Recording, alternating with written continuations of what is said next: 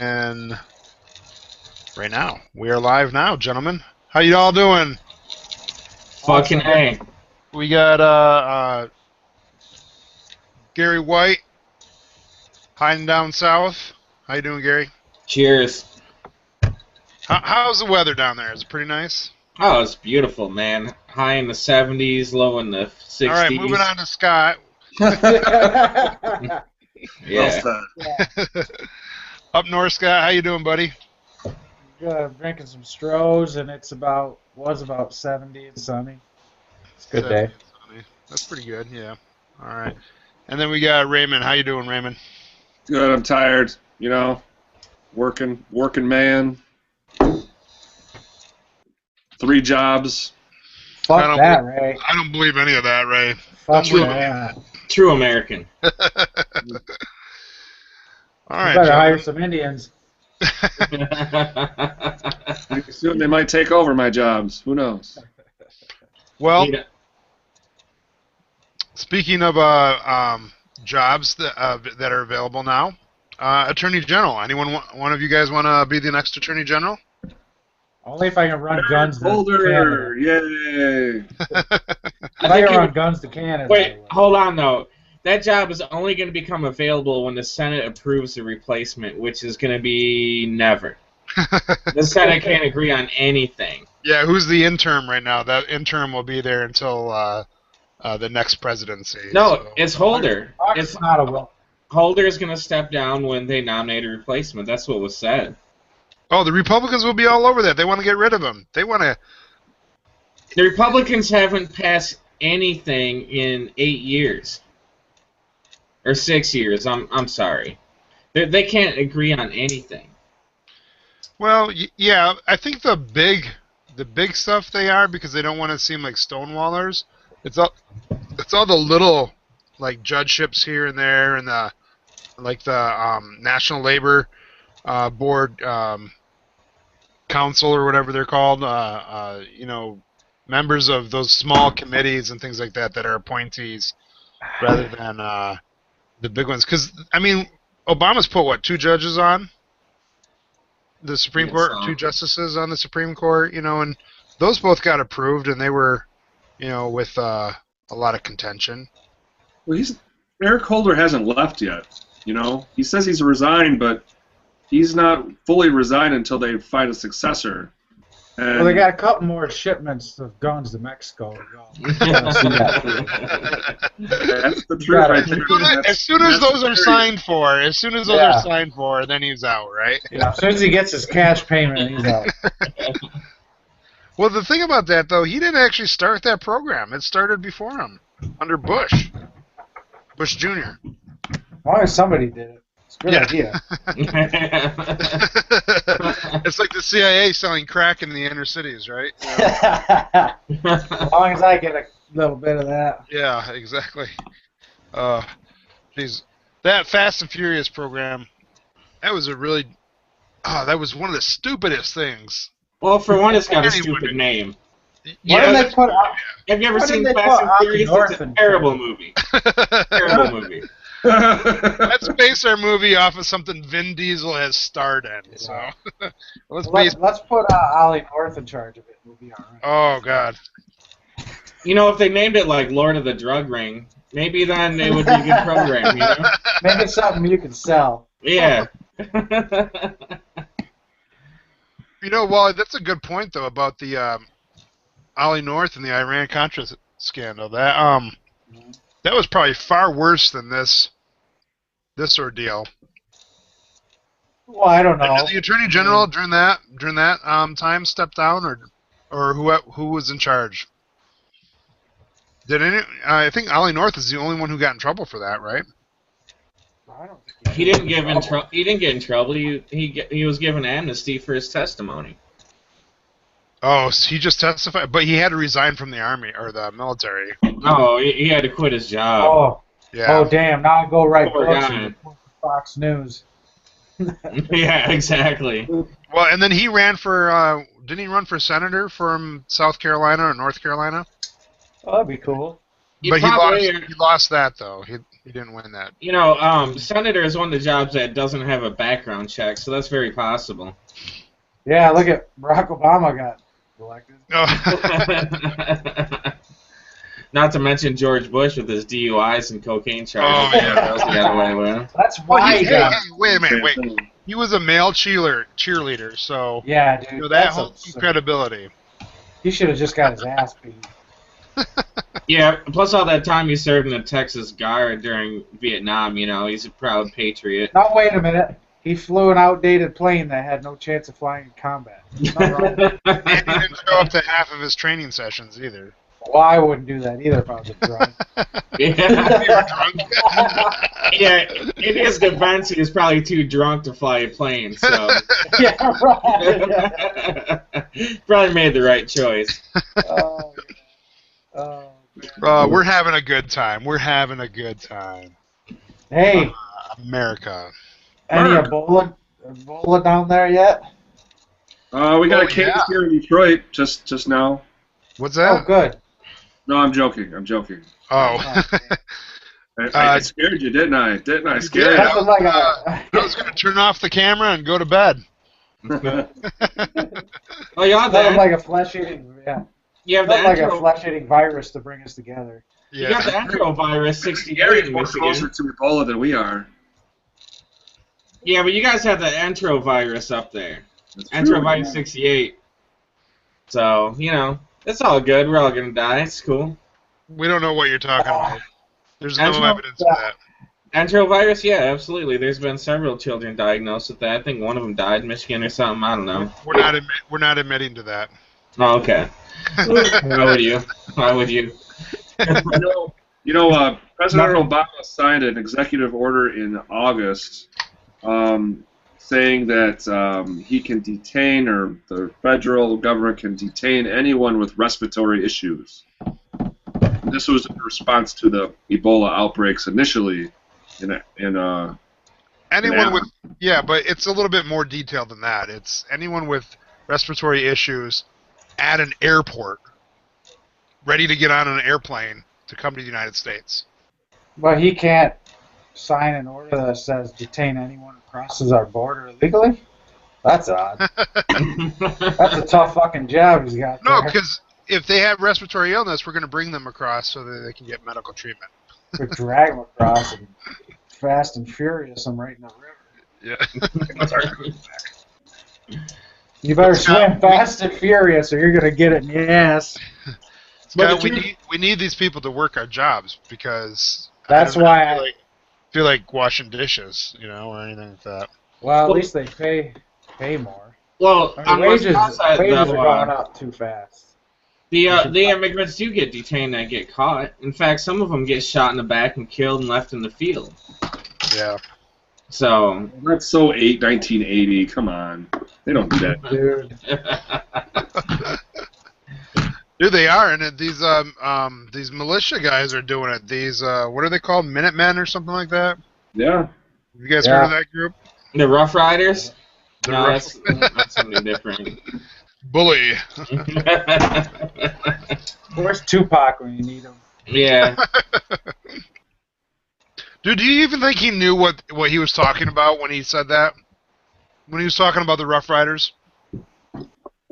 Oh, of course not. Like, did he understand the historical context of what he was talking about? You talking about Tupac? Yeah.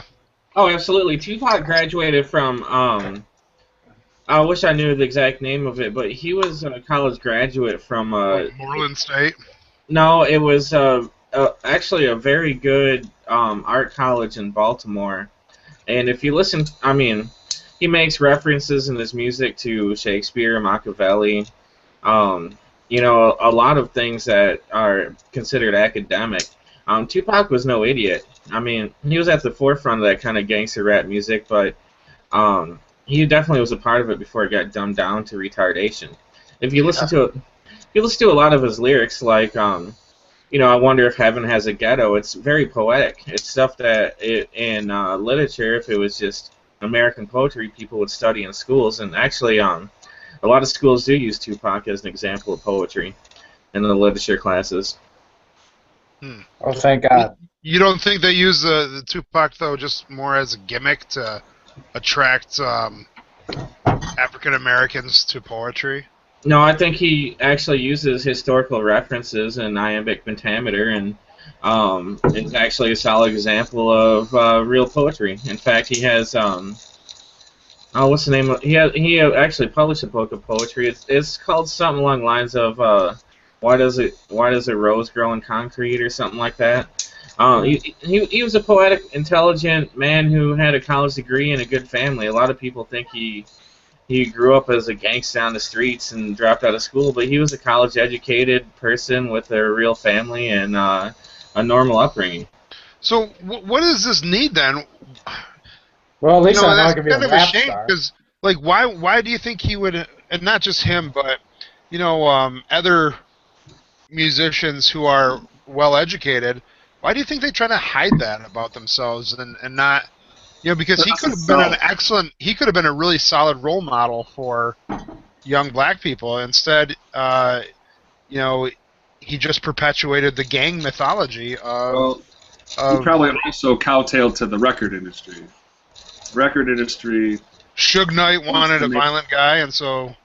Yeah, I mean, you listen to his earlier tracks when he was working with Digital Underground. It wasn't so gangster, But yeah, you sign on with Suge Knight, you become a fucking gangster, and you make millions. I mean, I'd do it. I mean, but yeah, for Tupac, it really was more of a gimmick. Oh, you mean the gangster facade was a gimmick? Yeah, exactly. I mean, and you look at a lot of the rappers today, like Drake. Drake grew up on the Disney Channel, making millions of dollars. That guy's not in fact, he played a handicapped kid on some fucking Disney show. The guy's not a gangster. Physically disabled, not mentally, but you get where I'm coming from. I mean, for some reason, street cred is a part of being a popular rapper. Whether that's created by the industry or by the people that consume it, I'm not really sure, but... No, I think that was created by Vanilla Ice. He demanded street cred. That he did. And in his words, he became unpopular so fast that he didn't have time to blow all his money. So he is still a rich man to this day. Yeah, because he does all those celebrity D-list things. No, he does home builder. Well, yeah, now he's got a building show. Yeah. Which probably rakes him in, $20,000 an episode. But Vanilla Ice has always been doing something since he fell off the map, and he's always had money, and he's always lived in mansions in South Florida. Like he's never hit any sort of bottom at all. He's still ice baby. Yeah, I need my bottom third. 90s rapper correspondent Gary White.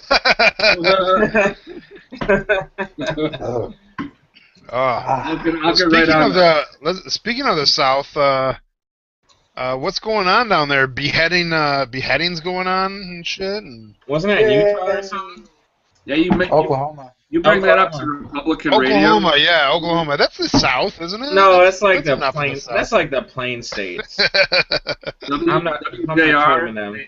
That's the Indians' territory. It wasn't kind of scalping you're talking about. What was that, Ray? Well, on WJR, you know WJR, right? The AM Republican radio. Right. Well, they're saying that all of this Oklahoma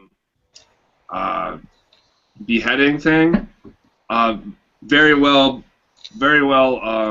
isn't tied to ISIS. The guy is not or is not tied to ISIS because the guy was just your average. He was a jailhouse Muslim. He wasn't a real Muslim. Yeah, that's what they're saying. He was someone who converted to Islam in prison to avoid being shanked by the other Islamic, prison people. And so what he did was out of an act of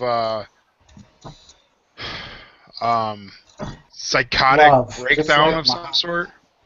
And which I imagine a lot of the fundamentalists, have tapped into a psychotic part of their. Scott, isn't that how a lot of dealt with? Isn't that how they became Muslim? Well, it's By not sword point. by sword point. Yeah, I mean, but it makes you wonder. Like England, and I think I mentioned this a couple weeks ago, or maybe last week. England has more Muslims that have left England to go join ISIS than they have Muslims in their military. Oh, thank God. Well, but At least so you can kill them.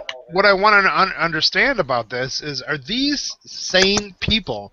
Are these, are these sane? I mean, are these people who are really persuaded by the argument, not just the rhetoric, but the argument that is like, oh yeah, they have a good logical point. I will go fight with them and join them. Or are these people just like crazy to begin with, and they get swept up in this fever, and we see that here with this guy. He's just crazy to begin with, happens to also get swept up in the jailhouse Islam, and when he gets released, he just does something crazy, not Islamic. He does just something crazy, and that's what these people are doing over in the Middle East. They're not doing things that are Islamic. They're doing things that are just crazy because they're crazy. Well, I disagree. They're completely doing things that are Islamic. They're killing people who don't believe in Islam. That's completely Islamic since the beginning. I'm not saying they're not crazy or stupid, but that's... If I had the choice to get my head cut off or joining some fanatical army group, I'm probably going to join the fanatical army group because I like my head on my shoulders. Depends on the chow, Depends on the chow. Well, you can't get pork. You're never going to be able to eat pig again, so that's messed What up. I want to know is how he It's could all get right. I've had enough late nights after his the bar. spinal cord so quickly. What's that, Ray? I said, how did it get through the guy's spinal cord so quickly with a knife, and then go on to stabbing another person to do it again? It must have been against you, because those motherfuckers never go dull, man.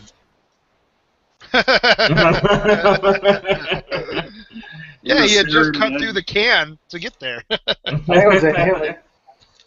Well, yeah, that's a couple years ago there was a guy who went nuts on a bus in Canada. I don't know if you guys remember that at all, but he was on like a Greyhound bus, and and he was talking to this one guy on the bus, and they kind of had a little argument or whatever about personal space. They fell asleep. Like 6 hours later, the bus is still trucking through Canada because it takes fucking forever to get through Canada, and the guy, one of the guys, wakes up and just gets pissed off at the other guy and just starts stabbing him in the neck and eventually cuts off his whole head. And all the passengers are screaming. The bus pulls over and everyone gets out except for the dead guy, right?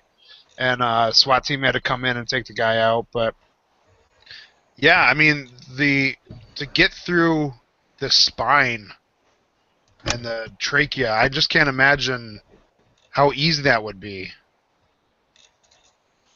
I don't know. I don't know where I was going with that thought. Sorry. I'm a deer hunter. It sure ain't that easy. You gotta be intense. So this was one of the rare cases, I think, in American history where a bystander had a gun and was able to use the gun to stop the perp. Yeah, he didn't kill him, though. Yeah, he didn't even kill him. But did you hear about it, too? He missed the guy like 4 times when he shot at him. And he finally hit him on like the 5th time or something like that. Oh, he should have a gun, of course. Well, Muhammad's only good for the first 4, and after that, you're on your own. Did you guys see, though, in the NFL, this is complete horseshit. There's a guy got an interception for Kansas City, and he's a Muslim, and he scored a touchdown. And he did the Muslim prayer where he just lay down, and he got penalized for it. Yeah, the NFL though rescinded that penalty. Maybe so, but that's crazy, dude. And they rescinded it right away, like on that evening, or after the game or whatever. They made the announcement that they rescinded that penalty. Was that penalty enough to change? I don't know. Oh no, it was like a 40-point game. Like Kansas City was fucking destroying them. Okay. Like, Well, that's because he prayed to Allah. yeah, Allah was on their side. All these days, Reggie White was praying to God and Jesus. Never Yeah. won a fucking championship. If he would have just been Muslim, he'd have been fine.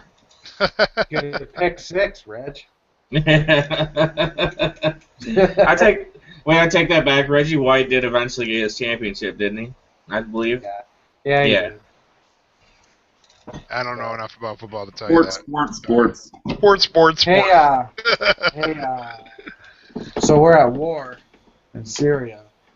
We've been at Anybody war paying attention since to that? I don't know when. Since World War II. No, dude. Okay, get this. First Last of all- night, I gotta interrupt you because this is a groundbreaking news here. Last night,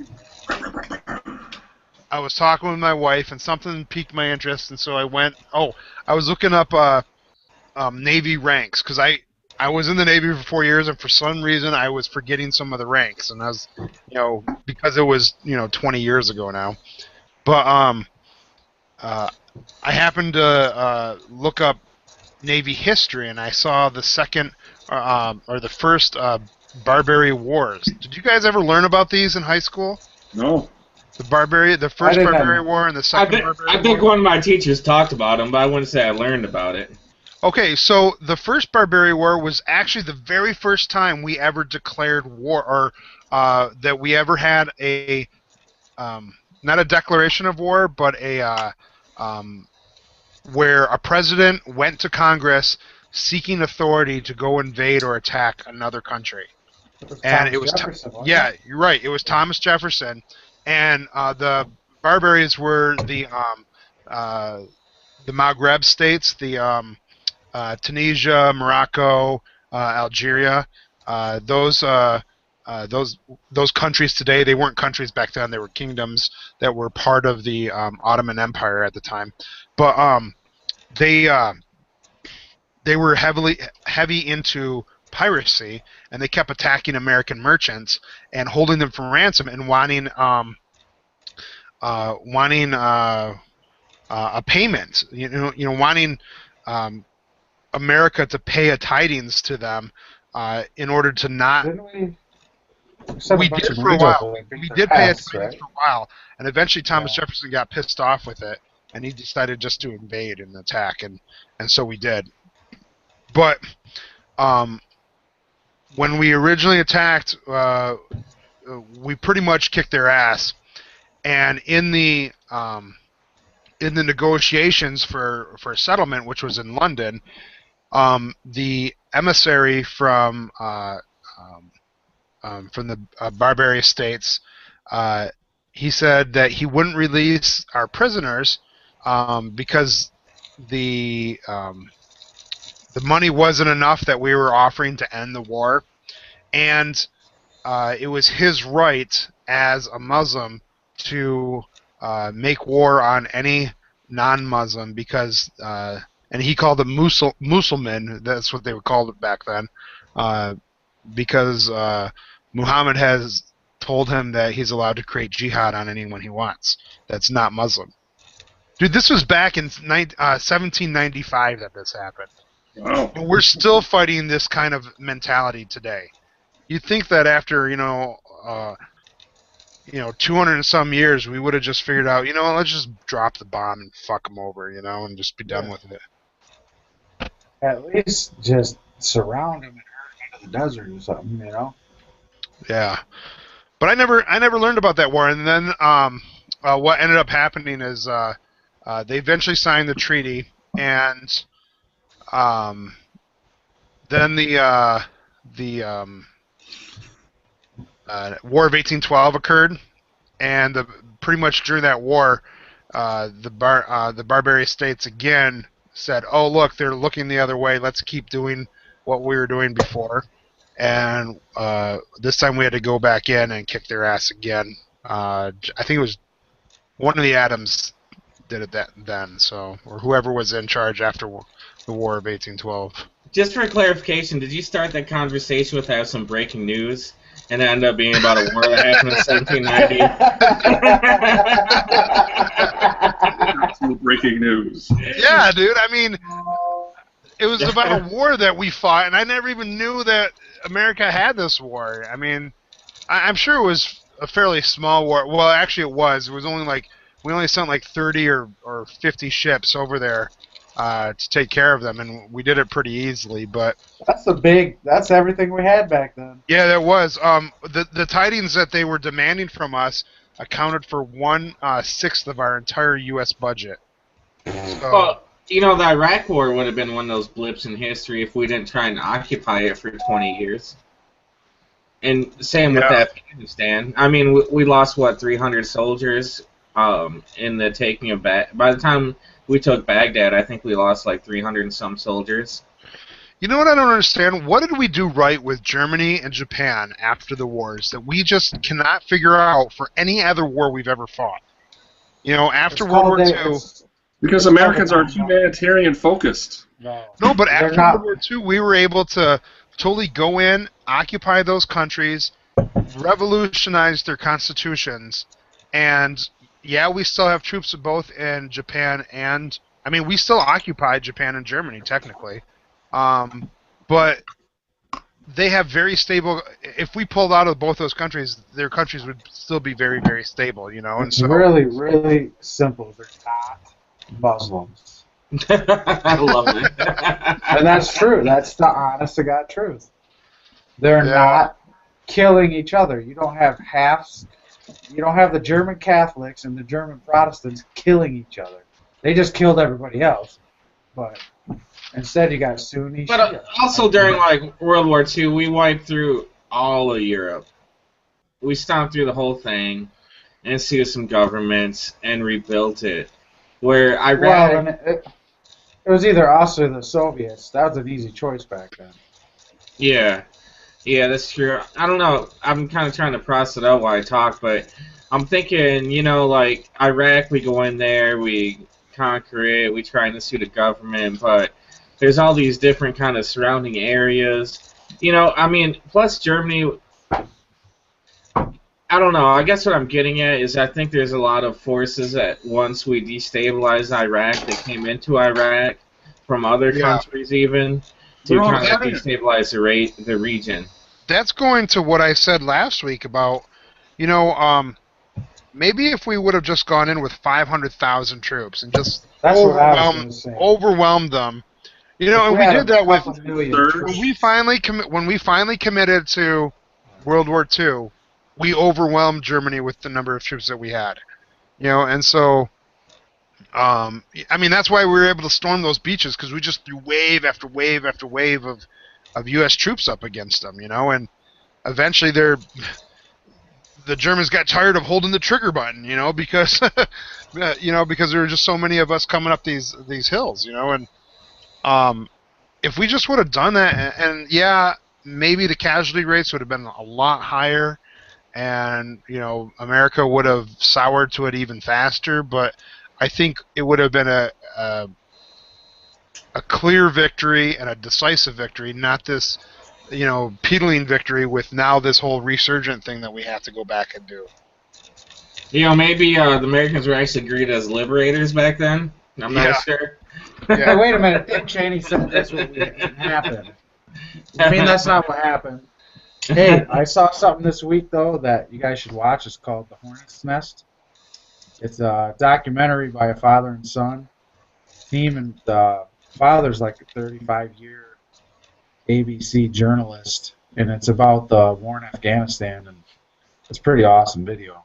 It's pretty sweet. It's documentary. The Hornet's Nest, you think it's on, like, Netflix? Probably, I don't know. There's a lot of documentaries. But it's... I caught it on TV and recorded it, so it's widely available. All right. Well, Gilmore Girls is Gilmore Girls is now on Netflix, and I am very happy. Well, that's good because those two should have kissed.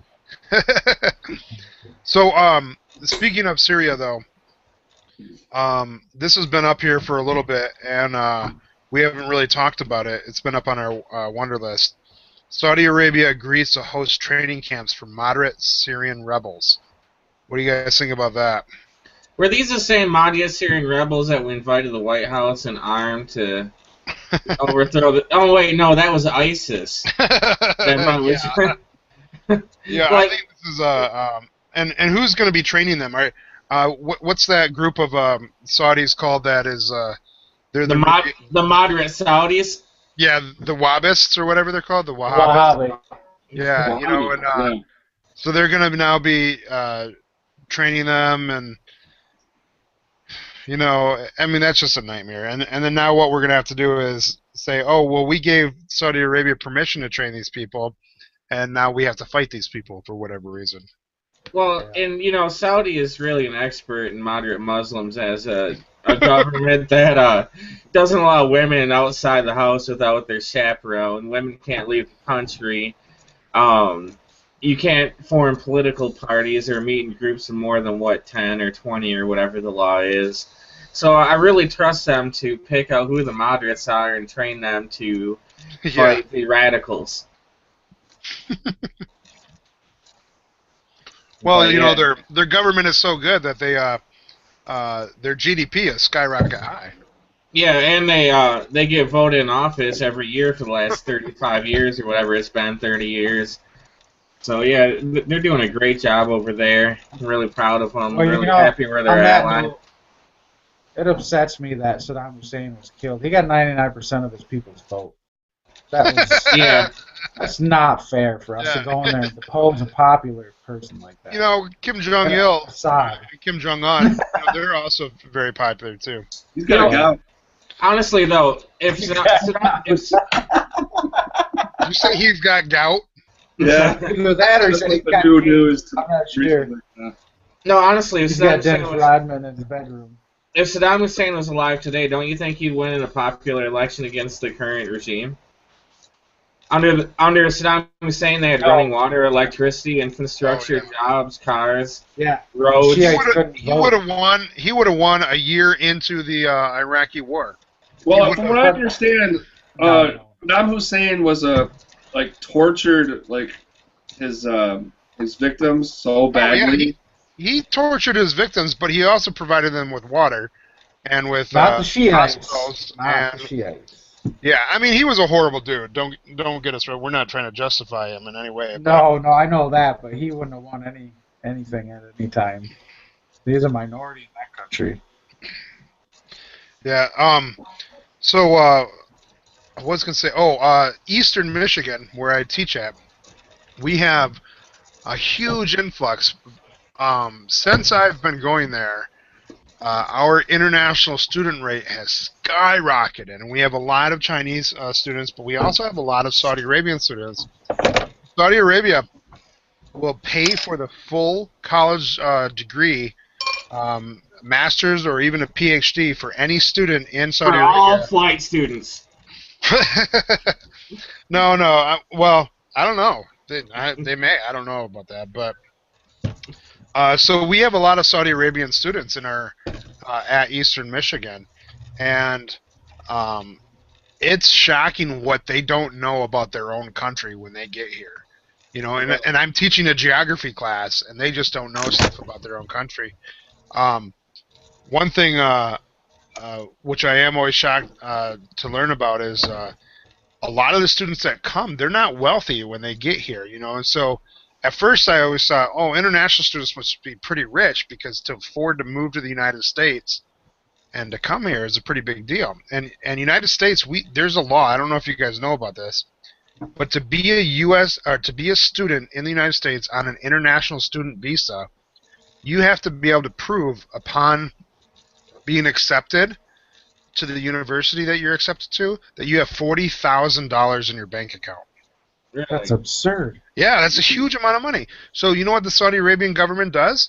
It moves $40,000 in your bank account, takes a picture of it, has a bank write up a notice, a Saudi Arabian bank write up a notice to the university, Eastern Michigan University, that it has $40,000 in your account, and then it promptly removes it once that note has been written. Oh, good. and so Eastern Michigan is Saudi with a lot of money rolling around in them. So Eastern Michigan is accepting these students thinking they have $40,000 and they'll be able to live fine and, you know, be comfortable when they move here. And Because $40,000 is a lot of money for a student. That'll pay for rent and for transportation and all that stuff necessary. Yet these students actually come over with absolutely nothing in their accounts, and a lot of them fail out because they have to focus on eating and things like that, which, so they come over here and are in abject poverty when they get here. It's kind of a shame in this little scam that the government pulls on us, yet we can't deny them because that's the rule, even though we know Saudi Arabia is doing that. That's the federal law, and we can't deny them because, if we, I don't know why we can't deny them, but Can't deny them because they're heathens. well, I mean, we can I haven't say, heard well, that word in a while. we don't really believe that you have 40,000, even though your bank and your government told us you have 40,000. We don't believe you, and EMU doesn't have the authority to call another country's bluff. We have to ask our government to do that for us. So they don't have authority to not accept somebody's enrollment? Like they can't choose who gets to come? Well, if we set up legally we probably do, but once you set up a list of rules and the federal government says, okay, these rules are acceptable, and now all of a sudden we're saying we don't believe, even though you've met all these rules, we don't really believe you've met these rules, even though you actually have. I don't know. Some colleges are allowed to pick and choose what students go to their college. They don't have open enrollment. Well, but that's the thing about regional universities is most regional universities do have open enrollment, and so they really don't pick and choose who gets there. Just anyone who has met the minimum threshold automatically gets accepted, and that's sort of the sounds like a business. Huh. Well, but it's the responsibility of a regional university to do that because it's trying to educate as many people as possible. I think, personally, if you want to ask me, I think we need to close the international student loophole that we have and just say, I'm sorry, even though international students bring a level of diversity to our universities, which is refreshing. Refreshing. Almost as refreshing as the beer I'm drinking. Well, I think that it helps to expose college students to other cultures. What's the enrollment rate of Eastern European women? That's the key. Eastern European women? That's refreshing. Not very high, because their countries can't afford to send their kids to school. Moldova? Come on. Yeah, so, I think we should close that loophole. And what we're doing is the United States is essentially subsidizing higher education for the rest of the world. Because kind of like what? Kind of like illegal immigration. Come on in. Can I bring up wages low? Let me bring up something about immigration, real quick. Free shit for everybody. I got a little immigration case I want to bring up. This is a first-hand account. I was talking to my neighbor the other day. His name's Jorge. Jorge's been in the country for 10 years. He has his own small business. He's a contractor. He has people that works for him. Every, I think, 2 years he has to pay $800 to renew his permanent residency or whatever status he's given. And he said he's always paid his taxes. All right, that's one thing they tell you when you want to be a resident: pay your taxes, you'll be fine. So he's always paid his taxes. He's always paid his residency fees. And this year he paid his residence fees on time, like he always does. They put a hold on his stuff for no reason that they won't tell him why when he calls. He paid the money.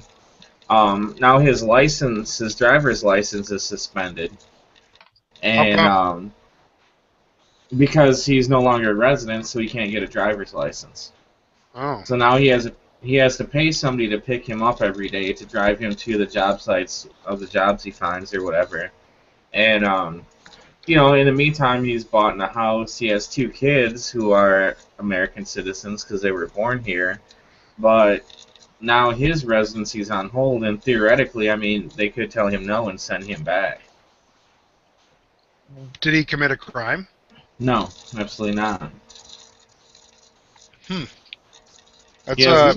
That's similar to how Nazi Germany treated the Poles. Yeah, that's kind of the point I'm getting at. Wait, I mean, when they went into Poland, or Well, when they claimed part of Poland that became Germany. Like immigrants from, let's see, when. All right, so all I know is that Danielle's parents, her mother was from Poland. Or not her parent, her parents, Her grandparents. father's parents, from Poland. One was from Poland, and they were picked up by the SS. SS said, "Where are you from?" And then she said, "Lebanon," because her father at the time was from Lebanon, and she wanted to go there. So they went there, but apparently this was happening across that country, and people were being sent back to their known locations without any additional paperwork or what have you. But it's interesting though. That's interesting. Gary brings that up. It's almost Stasi sounding. Did your neighbor come over legally, or did he sneak through? you know, I didn't ask him that, but I know that he's had the residency status for 10 years. So whether or not he came here illegally or not, he's been following the rules since he got here. Yeah, I think there's a lot of flaws in the process, and now the fact that he's got kids that are American citizens, that kind of affords you a certain right to stay here in the United States, I believe. Well, you gotta, Now, some countries. Go ahead, Scott. I can actually have an avenue that mirrors what he said, because I have 4 uncles. 3 of them were contractors together, and they couldn't keep the business going because they got undercut by migrants. We have a friend of ours, a close friend of mine. His dad was a contractor. Did it for like 20 years. That's how he kept his family going. Got run out of business because migrants, half the money. Doesn't matter about the work, half the money. I mean, how can you just come in and, oh, that's cool? You know what I mean? That's the attitude of a lot of people. It's like, oh, that's okay. He's doing this, he's doing that. But what about the people who've been doing that? What about the people who are here? We can't absorb the whole world. We can't just be like, oh, let's be nice. Like, I understand all that. It's a bummer. But what about the people who, I mean, our country, you can't just make the whole planet one government. Everybody's happy. This planet's a cesspool. Half of it. But isn't it's not free. Isn't that capitalism, though? If you can come in and undercut the next guy and you get the business, you win, and that's survival of the fittest, and that's the root of capitalism. But not if it's not fair. These guys aren't citizens. They're not paying their people the proper wages. They're not paying them, you know what I mean? Like, and they're not even from you can't just go to someone else's country and not follow the rules. If I did that, I might get my head chopped off. I might be in jail. Why can't we do it here? I can't speak for your uncles, but a lot of contractors hire illegal aliens to do their work. Sure, because they're against other illegal aliens. Why are they here? What is wrong with having our culture and our... I'm not against these people, but there's ways here. Even the Irish didn't come over in little sailboats from Cuba, I mean, they came through Ellis Island. They came through Ellis Island. All of them, and no, but certainly not at the tens time, of millions of them. I think my neighbors more careful about following the laws than most regular contractors or anybody else. And at the time, though, Scott, country. we didn't have immigration laws for a lot of Europeaners, and people that looked white enough. You know, we didn't have rules like that. We only had rules for dark-skinned and Asians. But we you know, also and- we also did not have a welfare state, and that's a fact. We did not have where here, have this money, have this house. We'll pay for your housing. We'll pay for your school. Are we We'll talking pay about for people your on this. welfare, or are we talking about people that work for a living? Because I'm talking about people that are working for a living. Right, you're talking about them, but I'm talking about families who are already here being put out of businesses. I'm talking about a lot of migrants who get everything free. I don't know a single migrant It's a welfare that state. doesn't work. All from migrants, though, you know. Well, I know migrants personally who get EBT cards. They get free housing. I've worked with them. I've done their job. I've picked apples. They were with working them. with you, I've though? done those things. Yeah, but they get cash. They don't have to. They don't have to worry about it. You know, free housing, free schooling, free health care. I don't get free health care. I don't get free housing. So don't you think the government should go after their boss, though? No, I think they should go after those people and get the hell out of here. But it's the boss that's making these jobs available, and you know the boss is saying, "Oh, you know what? I could hire that American and pay taxes on him and do my respectable thing that I'm supposed to, or I could hire that Mexican and not pay any taxes on him and not worry about anything." I'm fine with that, but I'm also fine with a workers program for that, for any industry like that. But I mean, that's the problem with our politicians is we can't even get a basic system where the people that want to come to this country and work, who we can't just give citizenship to, we can't even give them, like Jorge. I mean, he's been here following the rules. There's a lot of guys who don't do that. But we can't even get a system in place because that's not what they're paid to do. You know, and here's the the problem is that Americans want that. You know, Americans have said overwhelmingly, it's something like 75% of Americans say, we want a immigration reform law that makes the people who are here legal and tightens our borders, but makes the people who are here legal, and you know, let's stop the deportations, let's stop the immigrations, and just settle with who we have now. Yet Congress, and particularly Congress, they're so divided on this that they're not willing to work. And it's kind of interesting. It's for the longest time, Democrats have actually been anti-immigration, primarily because foreigners tended not to join unions, and they were undercutting union labor. And so Democrats were opposed to this. But recently we've noticed, hey, wait a minute, all these Mexicans and Latinos, when they come here, they tend to vote Democrat. So let's get on this bandwagon of supporting immigration reform. And it's been the Republicans who are the capitalists who have been anti-immigration reform, which is just dumbfounds me because capitalism seems to support this underbidding position that immigrants offer, and businesses both want the immigration. Businesses want these immigrants because they're cheaper to hire than the union. But you're acting like labor holds the key for the Democrats. It doesn't. Big business, the same people write checks. They're the same party. They have very few differences, and they're probably social issues. Why isn't the border sealed? And we're at war. We've been at war. I mean, it's simple. Bring as many people in as you can so the labor's as cheap as possible. And guess what? Yeah. Success. You know? People like me, people like Ray, they don't get paid squat, even if you have a college degree. You know? Why does that guy got to work 3 jobs? Why do I have to get paid squat for the same job that I did in 2001? Same pay. Everything else costs a hell of a lot more. You know? That's what they want. Cheap labor. Why close the border? There goes your cheap labor. And both of them gobble their mouth off for how long? 2 decades now? Right. Why does nothing get done? Because they don't want to. It's so obvious. And the people, you got the dumbass Republicans and the hardcore Democrats. Blah, blah.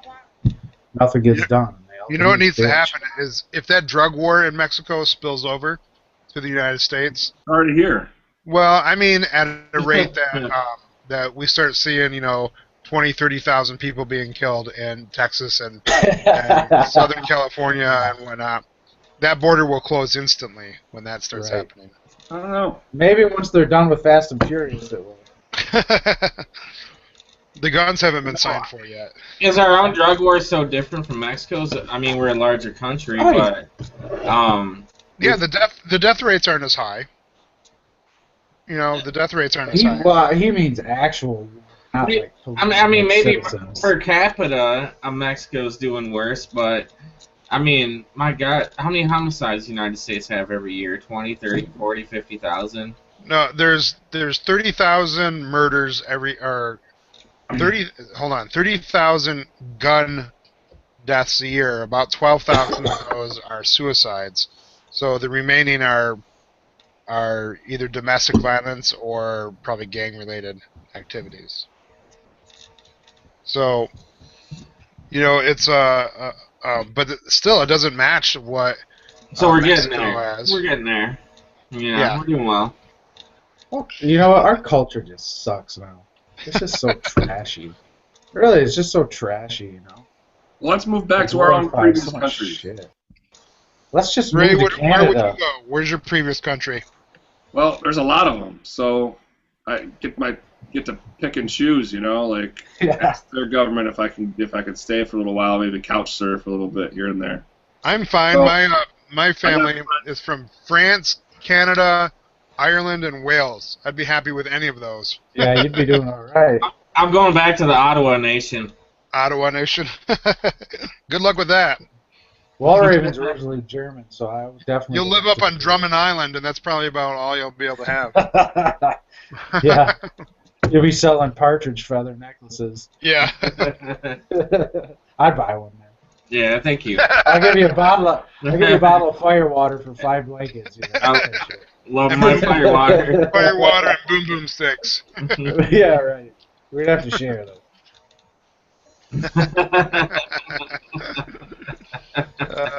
We are racist. Man. All right, so let's see what else we got. All right,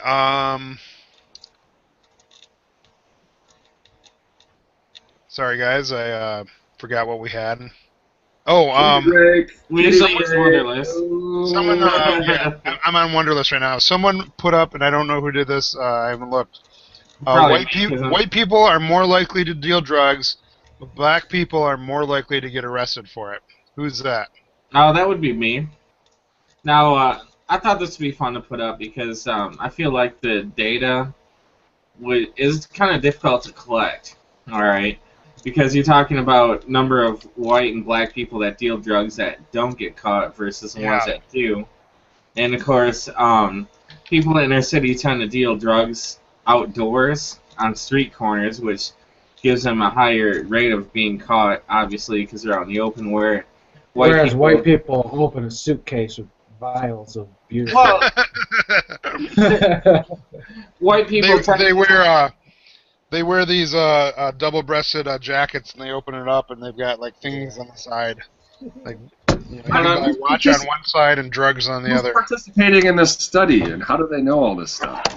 Well, if you read the article, it's kind of vague, and when you really think about it, I mean, I don't know, not that I've ever bought or dealt drugs, but from my non-experience, I would say white people tend to deal drugs to people they know inside houses or dorm rooms, where a lot of inner city youths tend to deal drugs on street corners, which obviously they're going to get caught more, but also they're also more likely to be searched. And I wonder too, though, because of that nature of distribution, they're probably selling higher volume as well, which draws more attention to what they're doing, too. So. Well, I would certainly say they do it more violently.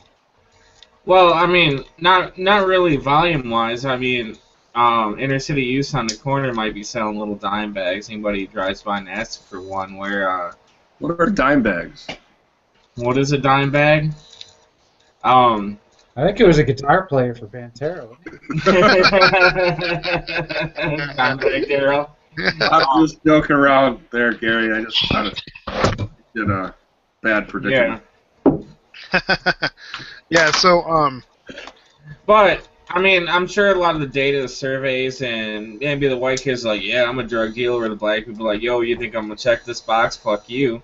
But it does bring up an interesting question. I mean, obviously there's racial profiling.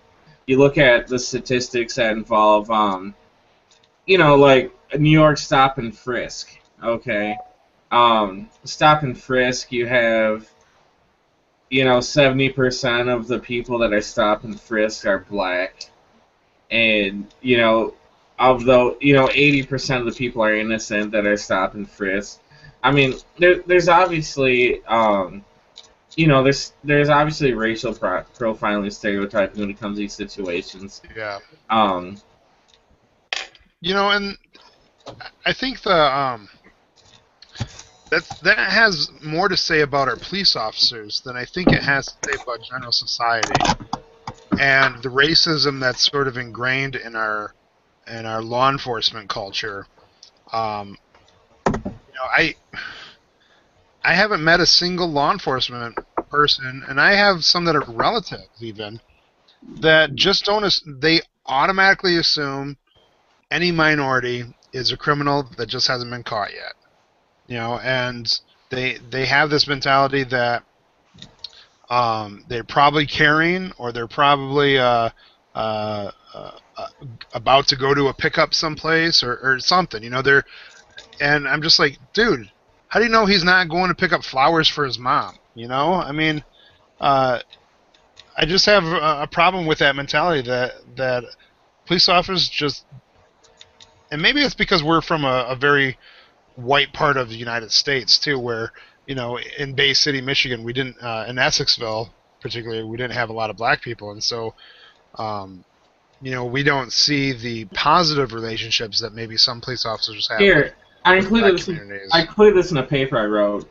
Now, I'm assuming everybody's familiar with New York's stop and frisk rule. Basically, right, cops can stop and frisk, and the only reason they need is something that fits in a checkbox, all right? Looks suspicious, saw some bulging from the pocket, blah, blah, blah. That's terrible. How is that legal? Sorry. Well, it's not. It's been ruled unconstitutional. Thank God. And the new mayor. They still do it. Well, no, they don't, because the old mayor, Bloomberg, he was fighting it. When did they stop? Because I have statistics for 2014. Well, it's when the new mayor when he started office, he demanded that. No, the new mayor, Blasco or whatever, de Blasco, is the new mayor for New York City. Mm-hmm. Mm-hmm. He agreed to the lawsuit, and he immediately, his first public or executive decision was to ban stop and frisk. Okay. Well, let's look at the 2013 statistics. That's the last full year. Okay. In 2013, New Yorkers were stopped by police 191,558 times. Of those 191,000 times, 169,252 were innocent. That's 88% of them were innocent. Okay. Of those, 100... That's Stasi. Now, hold on, though. Alright, now let's keep in mind, I don't know what the black population in New York is, but for the country, I think it's about 12%. Okay? So out of those 191,000 times, 104,958 were black. That's 56%. 55,191 were Latino. That's 29%. And only 20,877 of those that were stopped and frisked were white. That's 11%. That's unbelievable. Yeah, white Americans represent at least 75% of the population. But only 11% were stopped and frisked. Even though according to statistics, when white people are searched, they have a higher propensity of actually having drugs on them or dealing drugs. Yeah, because there's less of a risk that you're actually going to get searched. So, why not carry? Because, I could be walking around my campus with a gun and a kilo of cocaine, and I'm never going to get stopped.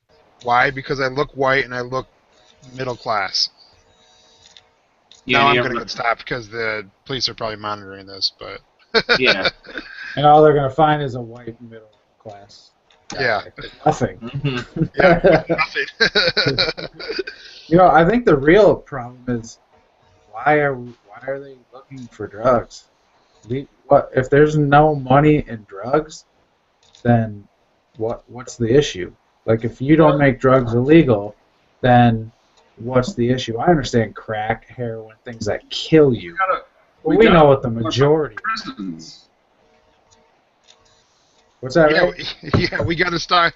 Ray, that's a really good point. If we don't stop these people, how will our prison guards stay in business? How will our prisoner owners? Prison industry out there. Well, our states are broke. Let's start there.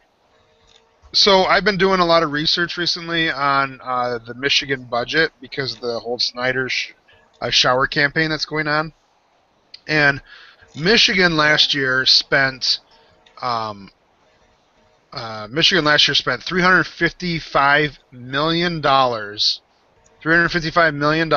on our prisons. All right. For higher education as a whole, we spent $296 million. So we spent about $50 million more on our prisons in Michigan than we spent on our colleges in Michigan. Isn't that fucking disgusting? Pretty much. I think what's disgusting is amount of money. Why don't you send those prisoners to college? And then that's an investment. You're going to save money down the line. Well, first, I think what we should do is we should say, okay, if you're a non-violent offender, so you did something stupid like you stole a car, even though you didn't hurt a single person, you didn't hold anyone up by gunpoint or anything like that. You just stole a car or you broke into someone's house and they weren't home, and so it's a non-violent offense, right? You should get like a shit ton of community service, like 1,000 hours or 5,000 hours of community service. If you're a violent offender, you go to jail. Right? If you do something that's violent, you go to jail. And then we can clear all these jails clear all these people, non-violent offenders, people who get pulled over and they have 3 ounces of coke on them. Instead of sending them to jail, we say, well, you get 1,000 hours of community service. Even if we're going to keep drugs illegal, let's just give them community service instead of jail time. And then they can still get all their, they can still go to school, they can still have a job, they can, they still have to do all this quote-unquote volunteer work, but it just makes society a much better place. And then the millions of dollars we save in prisons, let's put into our universities and put towards drug campaigns so we teach people not to do drugs and blah, blah, blah, I don't know. Yeah. It just seems like common sense to me. Zach, you know where it goes? It goes right in here. You know where that is? That's a pocket. And it's not my pocket. Yeah. It's somebody else's pocket. Oh, yeah. It's Governor Snyder's and Aramark. Wally, or... it's funny, you talk about prison jobs, though. An interesting thing about prison jobs is being a prison guard used to be one of those occupations that you could hold if you just had a high school diploma, and you could make a really good salary, and you could actually retire after 20 years. If you work for the state, other than you can challenge me on this. I think the only 2 jobs where you can actually retire after 20 years was a prison guard or military. And what we're experiencing now is all these private prisons, these for-profit prisons, that are taking away all these great benefits, making the jobs more dangerous, because they're increasing the ratio of prisons per prison guard to increase their profits, and basically taking away, this job as like a serious upper middle class job where. Yeah, now hold on. We have for-profit prisons that aren't run by the state. They're like our for-profit schools that we've got. You know? Are you Well, that's serious? Are there like private owned prisons that the state just funds or what? yeah, the number one company that owns for-profit prisons is Wackenhut, and Like whack a slut women and prisons of or course something. Wackenhut and all these other private prison companies, they receive the same funding that the state prisons would. You know, they base it per prisoner. So the only way to make a profit is to cut back on the amount of spending per employee or per food item. You know, they Yeah. cut back on the food costs, they cut back on the benefits for employees, and they Well, cut back on a number of Peter, other did you things. hear about the scandal here in Michigan that's going on right now? So with our prisons, we have this company called Aramark, and Aramark, they're a private company that provides lunches and food. Usually historically they've been providing food to like high schools and junior highs and elementary schools, right? Public schools. Yeah, and prisons. So they've the past few years they've had a contract with Michigan to provide the food in prisons, and recently they've been last year they were fined $98,000 because a few of their employees were caught smuggling stuff in for the prisoners. Also, they were serving contaminated food. Some of the food had maggots and stuff like that in it, and and then on top of all of this, then Governor Snyder, even though they were fined $98,000 by the courts, Governor Snyder absolved them of the fine and said they didn't have to pay it. It's fucking ridiculous. Well, that's his job. Good jobs to Michigan. Yeah, and so, and the union that used to run the food workers that did the prisons, they were a public union, public employees and state employees, and they were in a public union, and they said not one time in their 30 years of existence did they have a single member that was charged with smuggling drugs in, or were they ever accused of serving contaminated food. Yeah, and just like the 4 years that this Aramark has taken over, every single year they've been cited. So it just shows you what, there's a lot of bullshit when people say for-profit companies can do things far more efficiently than the government. That's just complete bullshit. If you look at Medicaid, Medicare, only 2% of their total budget goes towards administration. You look at Blue Cross Blue Shield, it's something like 40% of their entire budget goes towards. And that's the thing, is regulation. When you get regulation, because the corporations get their people into our office, that's the end. It's done. It's over. Just like no tariffs. We got no tariffs. This country was built on tariffs for 100 years plus. Gone. Free trade my ass. I don't need cheaper bananas. I need a job. Right. China has tariffs. You know what I mean? Japan. Right. I mean, they have regulations. I mean, it's just Germany who you pay for. Germany has some mad tariffs, and Yeah. they're some of the best paid people in the world, and they best paid, and they have one of the highest standards of living. I mean, I'm all for fair market, a fair market. I'm very dubious of free market.